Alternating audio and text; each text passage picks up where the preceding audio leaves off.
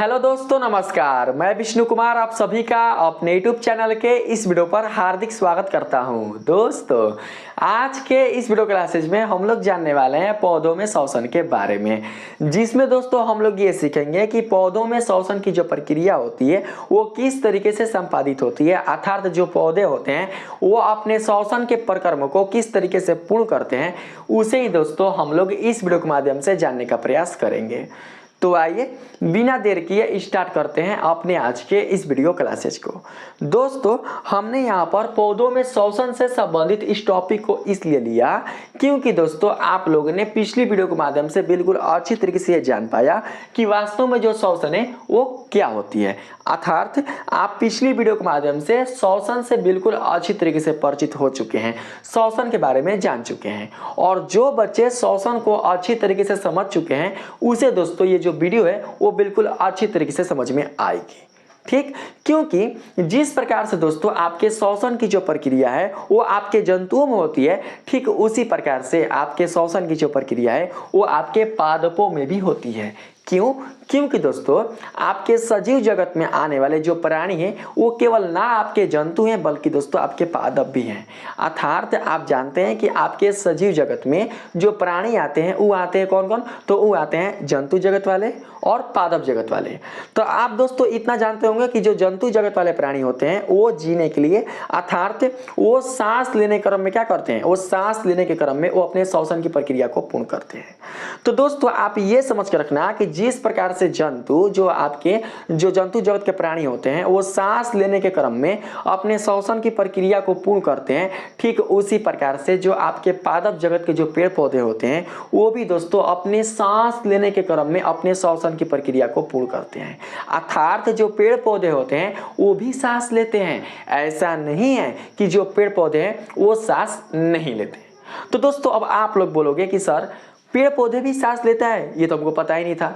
तो दोस्तों आपके पेड़ पौधे भी सांस लेते हैं, क्योंकि दोस्तों आपके पेड़ पौधे क्या हैं? क्योंकि जो पेड़ पौधे हैं वो सजीव है जिस प्रकार से आप सजीव हैं। इसीलिए अगर आप में श्वसन की प्रक्रिया हो रही है तो कहीं ना कहीं जो पेड़ पौधे हैं उनमें भी श्वसन की प्रक्रिया दोस्तों होगी। हालांकि दोस्तों आप उन्हें नहीं देख पाते हैं या नहीं समझ पाते हैं, लेकिन उनमें भी दोस्तों जो सांस लेने की जो प्रक्रिया है वो दोस्तों होती है। तो आप इस वीडियो के माध्यम से आप ये जान पाएंगे कि आखिर जो पेड़ पौधे हैं वो किस तरीके से अपने सांस लेने के क्रम में श्वसन की प्रक्रिया को पूर्ण करते हैं। तो यहां पर बात करते हैं सबसे पहले किसके बारे में? तो दोस्तों यहां पर बात करते हैं सबसे पहले श्वसन के बारे में। तो दोस्तों आप लोगों ने पिछली वीडियो के माध्यम से क्या जाना?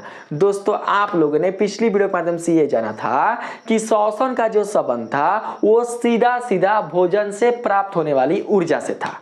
अर्थात जो भी सजीव प्राणी जीवित रहने के लिए भोजन को दोस्तों ग्रहण करते हैं और उस भोजन से जो ऊर्जा की प्राप्ति होती है, तो यही दोस्तों जो क्रिया है वो क्या कहलाता है? तो वो कहलाता है श्वसन। यानी जब तक आप भोजन को अपने शरीर में ग्रहण नहीं कीजिएगा तब तक आपके शरीर में जो श्वसन का प्रक्रम होगा वो बिल्कुल भी संपादित नहीं होगी, क्योंकि श्वसन का जो प्रक्रम है दोस्तों वो आपके भोजन से ही संबंधित है।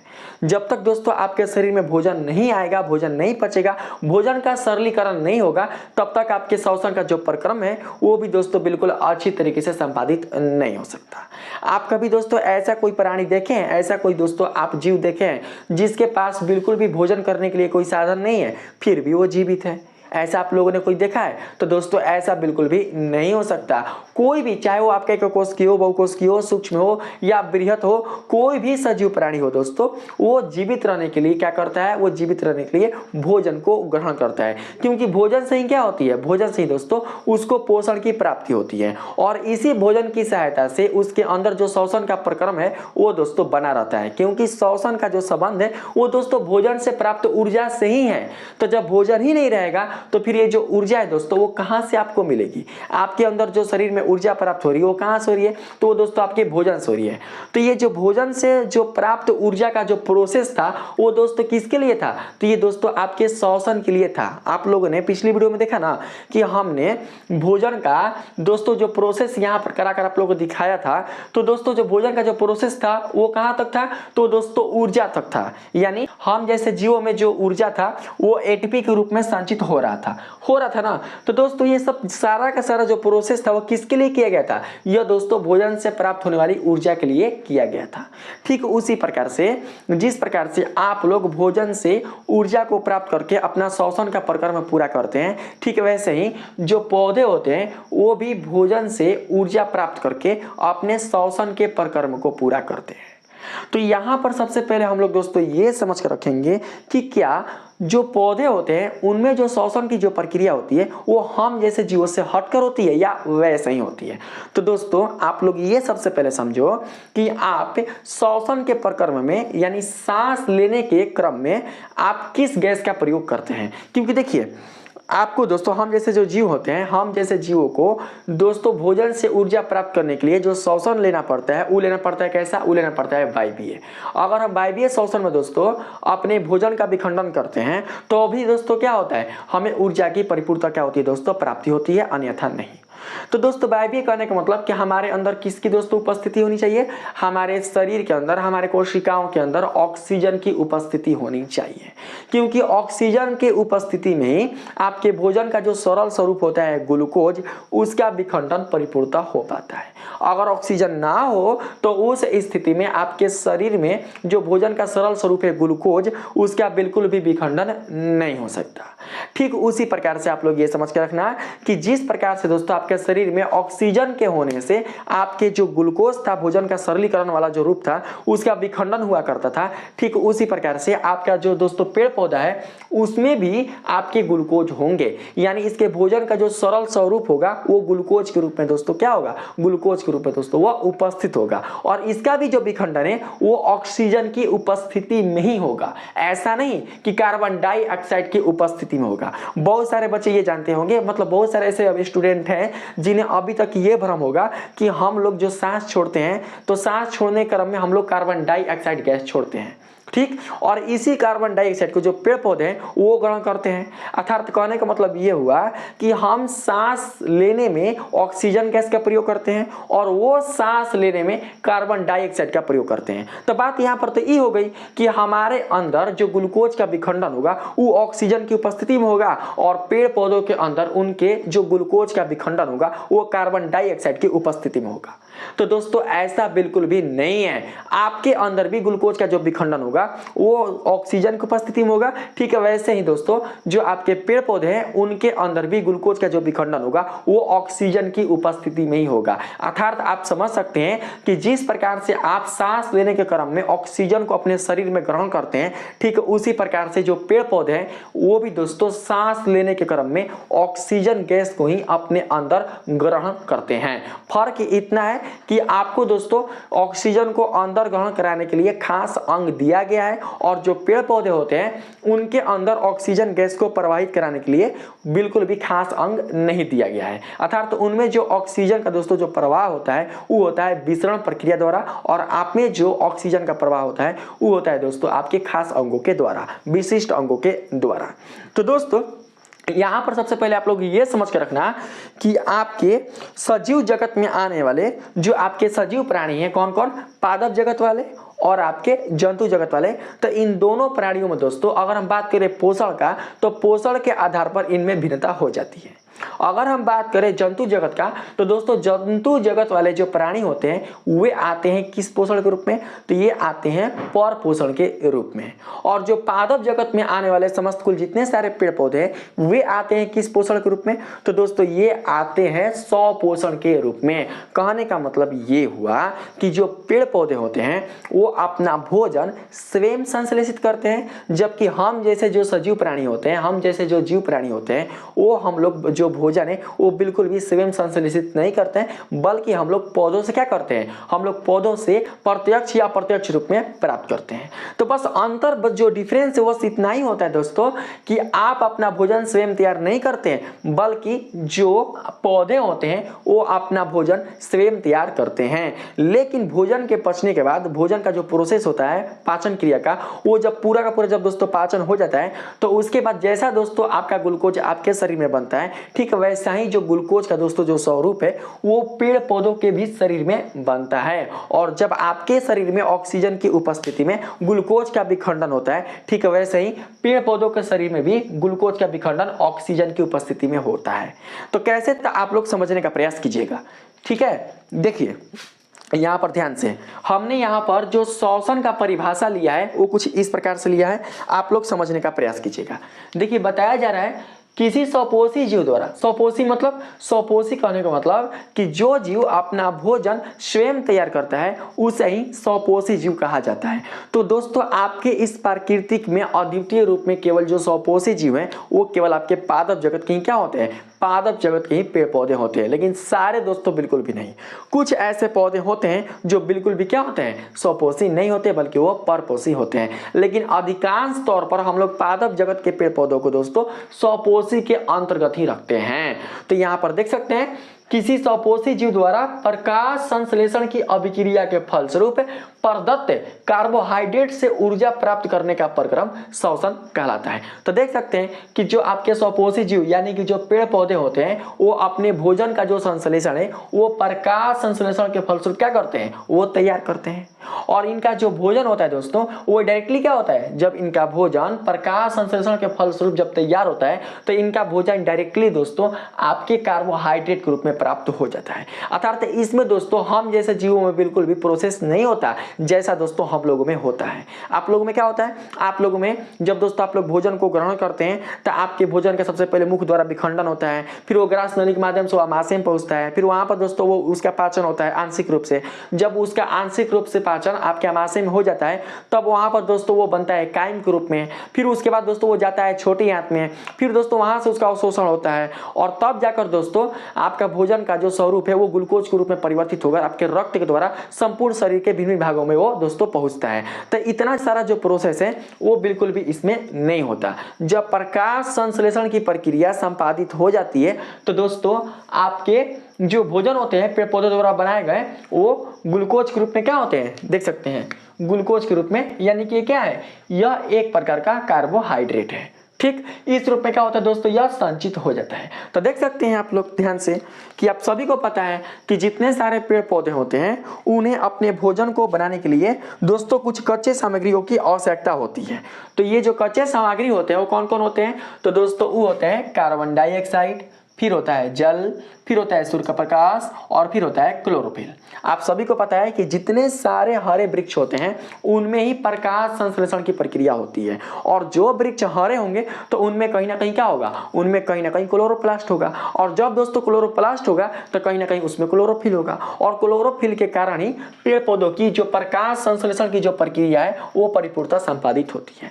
तो यहाँ पर जो कच्चे सामग्री आप देख रहे हैं, सूर्य का प्रकाश जो कि दिन में मिलिए जाता है, फिर क्लोरोफिल पत्ती में रहबे करता है, जल जो कि दोस्तों क्या होता है पौधों के जड़ों द्वारा प्राप्त हो जाता है। ये जो आप जड़ देख रहे हैं ये कहाँ है, ये मिट्टी के अंदर है और मिट्टी में क्या होता है कि भूमिगत जल होता है। देख सकते हैं ये बादल है, जब बादल से यानी जब पानी दोस्तों जब आपके धरती पर बरसता है तो जो आपका पानी है वो क्या होता है कि भूमि में जमा हो जाता है जिसे हम लोग भूमिगत जल के रूप में जानते हैं। और इसी जल का जो उपयोग है वो क्या करते हैं, वो पौधे अपने प्रकाश संश्लेषण के प्रक्रम में प्रयोग में लाते हैं, अर्थात उसका प्रयोग करते हैं। और दोस्तों आता कैसे है, तो दोस्तों ये जो आप जड़ देख रहे हैं ना पेड़ पौधों का, जो आप ये नीचे जड़ देख रहे हैं, इन जड़ों की सहायता से दोस्तों आपके जो पौधों के विभिन्न भाग है वहां तक दोस्तों पहुंचता है, जिसके पहुंचाने का जो काम है वो करता है जाइलम ऊतक।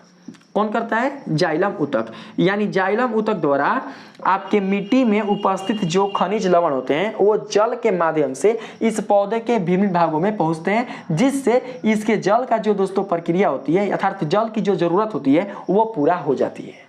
ठीक, तो यहाँ पर कार्बन डाइऑक्साइड, जल, सूर्य का प्रकाश, क्लोरोफिल ये सारे आपके कच्चे सामग्री उपस्थित है। इतना होने के बाद दोस्तों आपके प्रकाश संश्लेषण की जो क्रिया है जब वो संपादित होती है तब किसका निर्माण होता है, तो दोस्तों कार्बोहाइड्रेट यानी ग्लूकोज का निर्माण होता है। और साथ ही साथ दोस्तों आप देख सकते हैं कि ये जो आप ऑक्सीजन देख रहे हैं, इस ऑक्सीजन को दोस्तों आप जो देख रहे हैं ये ऑक्सीजन दोस्तों क्या होता है, मुक्त होता है। तब जाकर क्या करता है कि जो पेड़ पौधे होते हैं इस ऑक्सीजन को मुक्त करते हैं, क्योंकि ये जो ऑक्सीजन है आपका ये क्या होगा, यह दोस्तों आपके पेड़ पौधों की जो पत्तियां होती है उनके रंध्रों द्वारा यह बाहर निकलेगा। देख सकते हैं उनके रंध्रों द्वारा क्या हो रहा है, उनके रंध्रों द्वारा दोस्तों यह बाहर निकल रहा है, ये बाहर निकल रहे हैं। और उसी ऑक्सीजन गैस का दोस्तों हम लोग क्या करते हैं, प्रयोग सांस लेने के क्रम में करते हैं।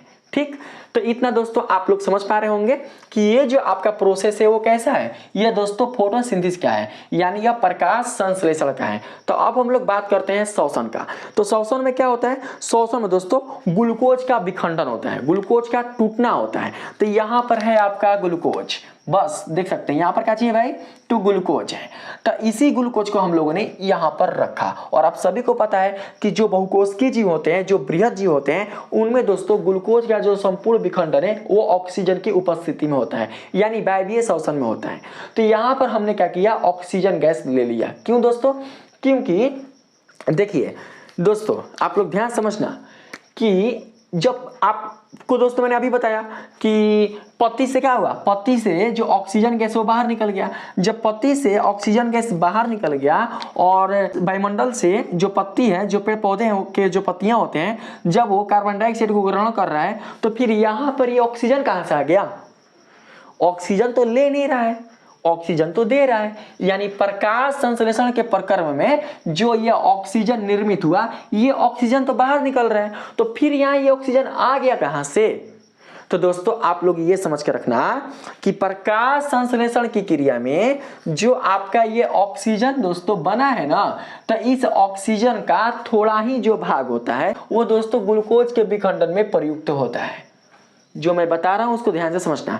प्रकाश संश्लेषण की प्रक्रिया में जब दोस्तों आपका ये ऑक्सीजन बाहर निकल रहा है ना, ऑक्सीजन बाहर, तो ये जो ऑक्सीजन है दोस्तों ये संपूर्णतः बाहर नहीं निकलता, बल्कि इसी ऑक्सीजन का दोस्तों जो कुछ दोस्तों भाग होता है वो ग्लूकोज के विखंडन के लिए क्या किया जाता है, ग्लूकोज के विखंडन के लिए प्रयोग में ले लिया जाता है। और बाकी का जो शेष दोस्तों ऑक्सीजन होता है उसे पेड़ पौधों के पत्तियों के रंध्रों द्वारा बाहर निकाल दिया जाता है। और ऐसा हमें यह प्रतीत होता है कि जो पेड़ पौधे हैं वो तो बिल्कुल भी क्या कर रहे हैं, वो बिल्कुल भी ऑक्सीजन को नहीं ग्रहण कर रहे हैं, बल्कि वो क्या कर रहे हैं कि ऑक्सीजन को दोस्तों वो अपने शरीर से बाहर निकाल रहे हैं। जो ऐसा बिल्कुल भी नहीं है, वो भी क्या करते हैं, वो भी दोस्तों सांस लेने के क्रम में ऑक्सीजन को ग्रहण करते हैं। लेकिन दोस्तों यहाँ पर आप लोग ये समझ कर रखना कि इनके ऑक्सीजन की जो पूर्ति होती है वो जानते हैं किससे हो जाती है, वो प्रकाश संश्लेषण की प्रक्रिया से ही पूर्ति हो जाती है।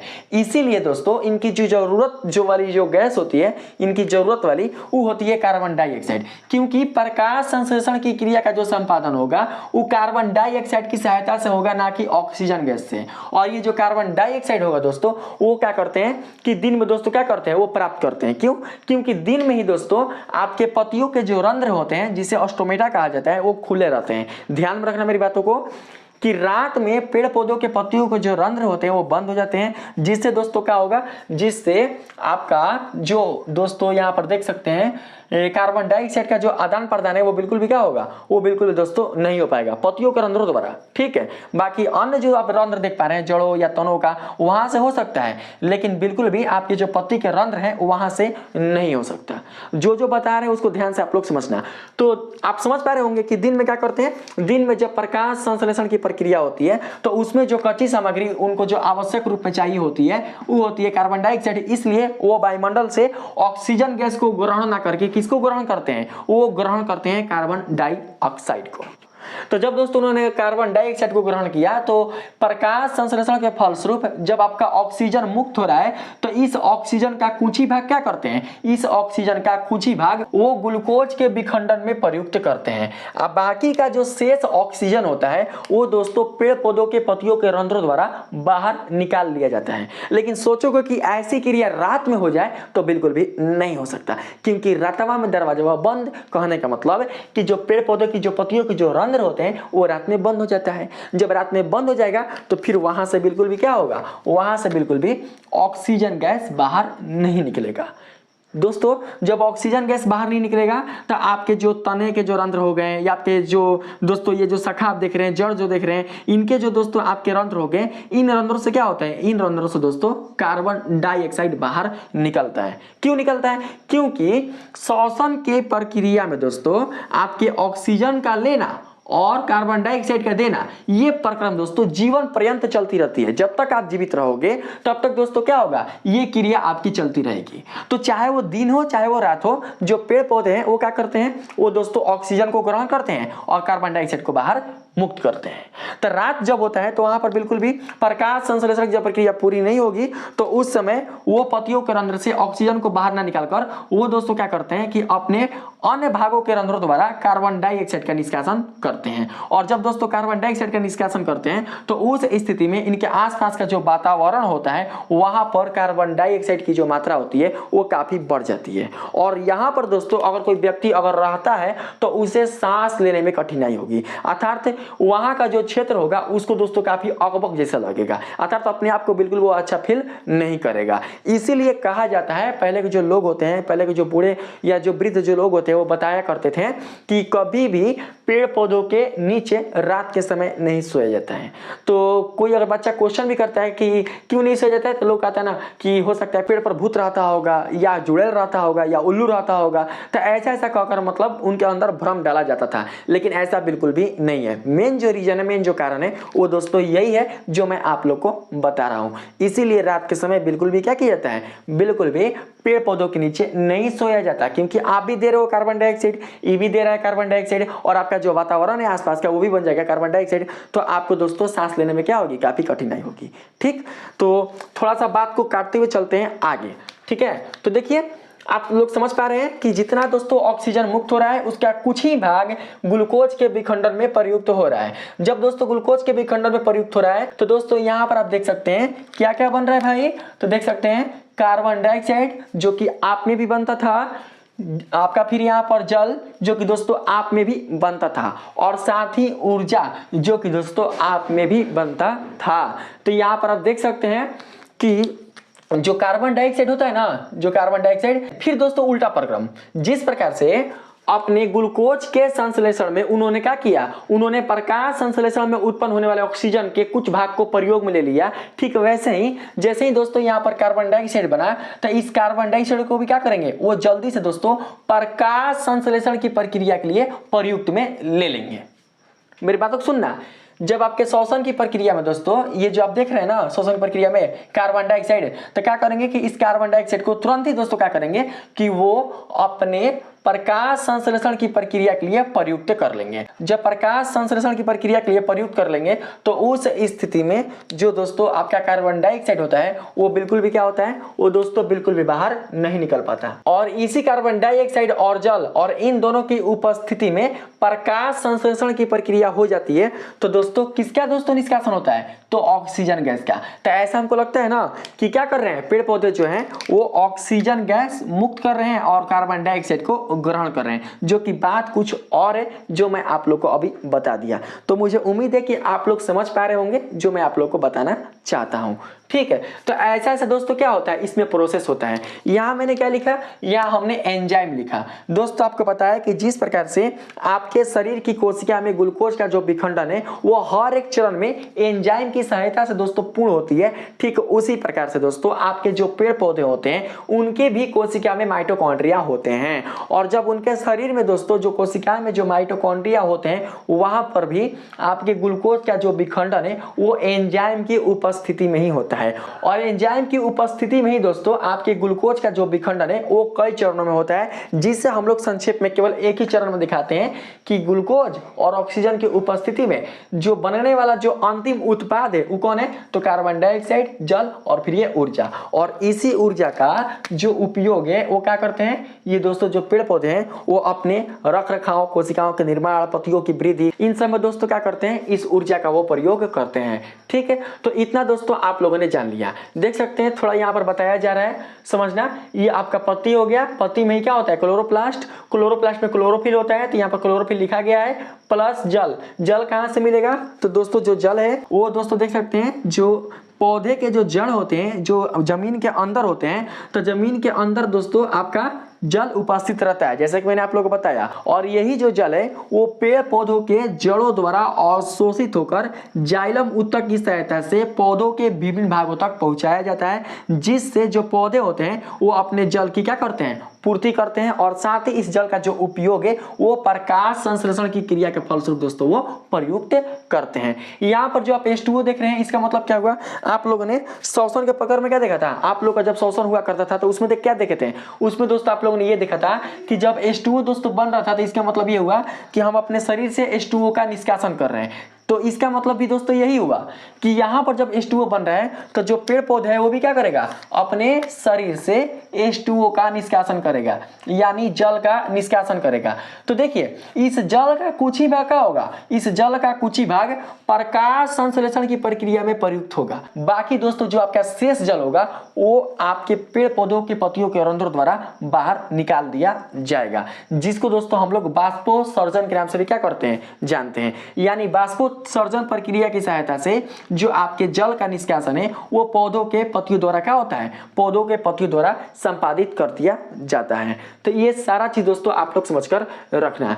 तो यहाँ पर जब ग्लूकोज बना फिर ये जो ऑक्सीजन बना, तो दोस्तों देख सकते हैं ग्लूकोज कहने का मतलब क्या हुआ, ग्लूकोज कहने का मतलब कि भोजन का जो स्वरूप है वो आपके सरल रूप में परिवर्तित हो चुका है। किस रूप में, सरल रूप में। लेकिन दोस्तों ये जो ग्लूकोज है वो आपके पौधों के क्या है, आपके इस पौधों के सभी भागों में उपस्थित होना चाहिए। ठीक है, तो दोस्तों इस पौधों के सभी भागों में ग्लूकोज को पहुंचाने का जो काम करता है वो कौन करता है, तो दोस्तों इस पौधों के सभी भागों में ग्लूकोज को पहुंचाने का जो काम करता है वो करता है फ्लोएम। कौन करता है, फ्लोएम। देखिए जाइलम क्या करता है, वो दोस्तों जल और उस जल में मिट्टी से प्राप्त होने वाले जो खनिज लवण होते हैं उसको दोस्तों क्या करता है कि पौधों के विभिन्न भागों तक पहुंचाता है। और ये जो फ्लोएम है वो क्या करता है कि बनने वाला जो आपका यहाँ पर भोजन है, जो यहाँ पर देख सकते हैं, यहाँ पर जो भोजन है उसे क्या करता है कि पौधों के विभिन्न भागों तक दोस्तों यह उसे पहुंचाने का काम करता है, अर्थात यह संवहन का काम करता है। तो समझ कर रखना, फ से फूड यानी भोजन को पहुंचाने का काम, और ज से जल यानी कि जल को पहुंचाने का काम। तो जल को पहुंचाने का काम जाइलम और फूड को पहुंचाने का काम फ्लोएम। ऐसे क्या कर सकते हैं आप लोग याद रख सकते हैं। तो दोस्तों तो ये जो ग्लूकोज आपका बना हुआ है वो भिन्न भागों तक क्या होगा, वो भिन्न भागों तक दोस्तों वो पहुंच जाएगा। और आपको पता होगा कि जो रंध्र होते हैं वो तना में भी होता है, पत्तियों में भी होता है, और साथ ही दोस्तों जो आप ये कठोर जो आप जड़ देख रहे हैं ना उसका जो बाहरी जो परत होता है वो काफी कठोर होता है। ठीक है, तो इसमें भी दोस्तों क्या होते हैं, रंध्र होते हैं, जिसे हम लोग क्या बोलते हैं, जिसे दोस्तों हम लोग बोलते हैं, हो सकता है थोड़ा सा हम भूले भी होंगे। देखिए यहाँ पर कहीं पर लिखवाए होंगे तो आप लोग देख सकते हैं, वात रंध्र है। देखिए लिखा है ना वात रंध्र, वात रंध्र बोलते हैं। ठीक है, तो वात रंध्र होते हैं, इसमें वात रंध्र होते हैं। तो इन वात रंध्र द्वारा क्या होता है कि ऑक्सीजन दोस्तों इसमें प्रवेश करता है, और जब ऑक्सीजन प्रवेश कर जाएगा और कहीं कहीं दोस्तों आपके जो पेड़ के जो सभी भाग होते हैं वहां पर ग्लूकोज पहुंच जाएगा, तो फिर उस स्थिति में क्या होगा, उस स्थिति में आपके एंजाइम की उपस्थिति में जो दोस्तों श्वसन की प्रक्रिया होगी वो संपादित होगी। तो इसीलिए दोस्तों आप लोग को मैंने यहाँ पर लिखवाया है, देख सकते हैं, पौधों के प्रत्येक भाग अर्थात जड़, तना तथा पत्तियों में अलग अलग श्वसन होता है। अलग अलग करने का मतलब कि जहां जहां ग्लूकोज होगा वहां ऑक्सीजन जाएगा। तो दोस्तों अपने अपने भाग के अनुसार क्या होगा कि जो श्वसन की प्रक्रिया होगी वो दोस्तों होगी। ठीक है, तो चलिए इतना सब कुछ आप लोगों ने जान लिया, इधर भी दोस्तों आप लोगों ने जान लिया। ठीक है, थोड़ा सा हम लोग क्या करते हैं, इस पर चलने का प्रयास करते हैं। तो देखिए दोस्तों इसमें बताया जा रहा है स्वपोषी जीव की कार्बन तथा ऊर्जा की आवश्यकताएं प्रकाश संश्लेषण द्वारा पूरी होती है। आप सभी के भी शरीर में क्या होते हैं, कार्बन होते हैं, क्योंकि दोस्तों हम सभी जीवों का जो शरीर होता है वो कार्बन से ही बना होता है, इसीलिए कार्बन को इस प्रकृति का अद्वितीय तत्व कहा जाता है। तो उसी प्रकार से आपके जो स्वपोषी जीव होते हैं उनमें भी कार्बन तथा ऊर्जा की जो आवश्यकताएं होते हैं वो प्रकाश संश्लेषण की प्रक्रिया द्वारा पूरी होती है। ठीक, 2 नंबर बताया जा रहा है पौधों में श्वसन गैसों का आदान प्रदान शरीर की सतह द्वारा विसरण क्रिया से होता है। जो भी जीव प्राणी अपने शरीर की सतह से क्या करते हैं, गैसों का या भोजन का आदान प्रदान करते हैं, तो उसको दोस्तों क्या बोलते हैं, उस क्रिया को हम लोग बोलते हैं विसरण क्रिया। ठीक है, आगे देख सकते हैं अर्थात पौधों में आप लोग के जैसा बिल्कुल भी अंग नहीं होता, जैसे कि नाक हो गया, कान हो गया, मुख हो गया, आपका दोस्तों यकृत हो गया, अग्नाशय हो गया, पित्ताशय हो गया, ऐसा बिल्कुल भी इनके अंदर अंग नहीं होता जैसा आप लोग में होता है।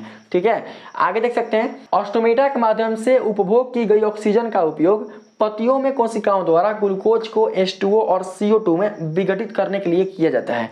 सुनिएगा, इसका मतलब ये हुआ कि ऑस्टोमीटा के माध्यम से उपभोग की गई ऑक्सीजन, यानी कि पूरा का पूरा दोस्तों आपके ऑक्सीजन में से कुछ अगर मात्रा आपकी उपभोग कर ली जाती है, किसके लिए, तो दोस्तों ग्लूकोज के विखंडन के लिए। अब बाकी जो शेष आपका ऑक्सीजन बच जाता है तो उस ऑक्सीजन का जो निष्कासन है दोस्तों वो हो जाता है पत्तियों के रंध्रों द्वारा। और ये जो उपभोग है वो किसके लिए किया जाता है, तो दोस्तों देख सकते हैं पत्तियों में कोशिकाओं द्वारा ग्लूकोज को H2O और CO2 में विघटित करने के लिए। तो जो कि ग्लूकोज जो है वो CO2 और H2O में विघटित हो चुका है। ठीक, 4 नंबर में ऑक्सीजन युक्त वायु वायुमंडल से पत्तियों के रंध्रों, पुरानों वृक्षों के तनों की कड़ी त्वचा पर स्थित बात रंध्रों, जैसे कि मैंने आप लोग बताया, जहां जहां पर दोस्तों कठोर आपके त्वचा होंगे वहां के जो रंध्र कहलाएंगे वो कहलाएंगे वात रंध्र। ठीक है, एवं अंतरकोशिकीय स्थानों द्वारा पौधों में प्रवेश करती हैं।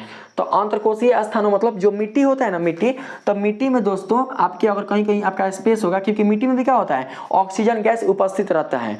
क्योंकि जो मिट्टी में रहने वाले जो छोटे छोटे जीव होते हैं, जैसे केचुआ हो गया और भी ऐसे दोस्तों जीव प्राणी होते हैं, तो वो ऑक्सीजन गैस कैसे ग्रहण करते होंगे, तो मिट्टी में जो घुला हुआ दोस्तों जो ऑक्सीजन गैस है उसी से क्या करते होंगे, उसी से वो ग्रहण करते होंगे। और उसी मिट्टी से दोस्तों क्या है कि जो ऑक्सीजन गैस है उसको दोस्तों वो जो जड़ है वो आकर्षित करके वो प्राप्त करता होगा। ठीक, आगे इसमें देख सकते हैं, जंतुओं के भांति पौधे भी अपने पूरे जीवन काल में लगातार सांस लेते हैं, क्योंकि पौधों की कोशिकाओं को आवश्यक ऊर्जा इसी प्रक्रिया से प्राप्त होती है।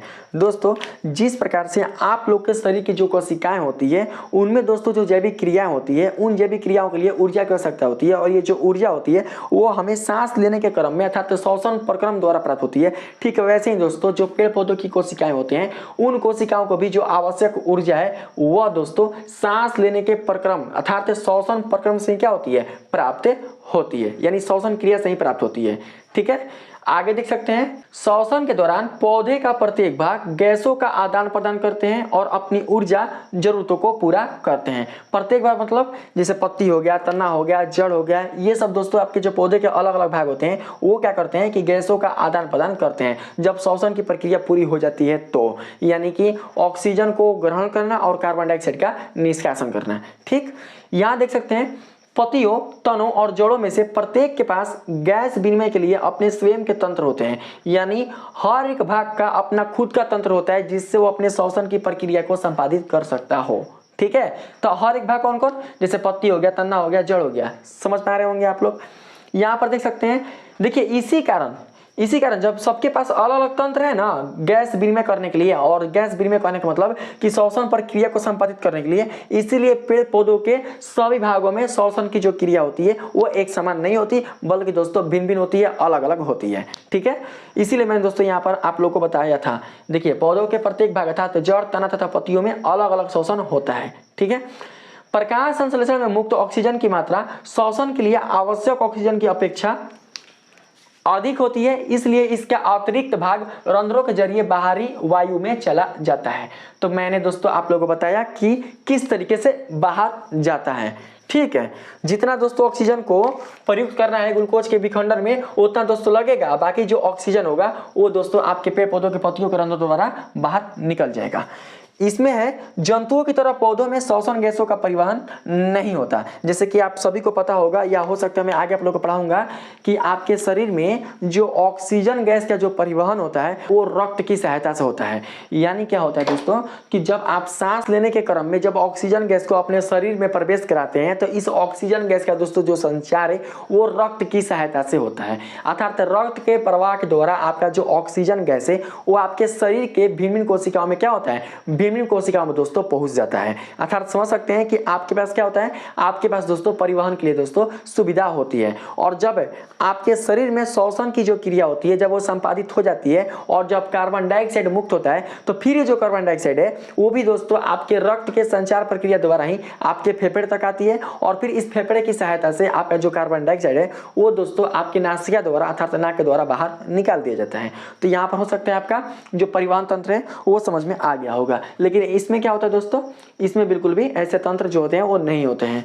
ठीक है, पौधों में जंतुओं की अपेक्षा श्वसन की गति धीमी होती है, यानी जितना तेज से श्वसन की क्रिया जंतुओं में होती है उतना तेजी से जो श्वसन की क्रिया है वो बिल्कुल भी पौधों में नहीं होती। और एक चीज मैं आप लोग को और बता दूं कि दोस्तों पौधों में प्रकाश संश्लेषण और श्वसन, इन दोनों में दोस्तों जो आपके प्रकाश संश्लेषण की जो प्रक्रिया है वो श्वसन की तुलना में अधिक दोस्तों तीव्र गति से होती है। जब अधिक तीव्र गति से हो जाती है तभी दोस्तों क्या होता है कि आपके दिन में दोस्तों अधिक मात्रा में जो पेड़ पौधे होते हैं वो क्या करते हैं कि अपने ग्लूकोज का निर्माण कर लेते हैं, अर्थात भोजन का निर्माण कर लेते हैं, क्योंकि रात में दोस्तों बिल्कुल भी जो आपका प्रकाश संश्लेषण की जो प्रक्रिया है वो बिल्कुल भी संपादित नहीं हो सकती। ठीक है, तो मुझे उम्मीद है कि आप लोगों ने इस वीडियो के माध्यम से बिल्कुल अच्छी तरीके से जान पाया होगा कि आखिरकार पौधों में श्वसन की जो प्रक्रिया है वो किस तरीके से संपादित होती है। तो अब आप लोग अपने मन में ऐसा भ्रम नहीं पालना कि जो पौधे होते हैं वो सांस लेने के क्रम में कार्बन डाइऑक्साइड गैस ग्रहण करते हैं,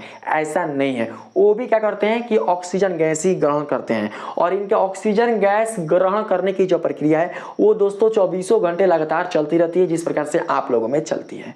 तो अगर आपको ये वीडियो दोस्तों पसंद आया है या इस वीडियो से संबंधित कोई भी दोस्तों अगर आपको डाउट रह गया है तो प्लीज आप हमें कमेंट कर सकते हैं। तो दोस्तों आज के इस वीडियो में इतना ही। अगर आप लोगों को ये पसंद आया हो तो प्लीज आप लोग मेरे इस वीडियो को लाइक कीजिएगा, सब्सक्राइब कीजिएगा, और पसंद आए तो अपने दोस्तों में भी शेयर कीजिएगा।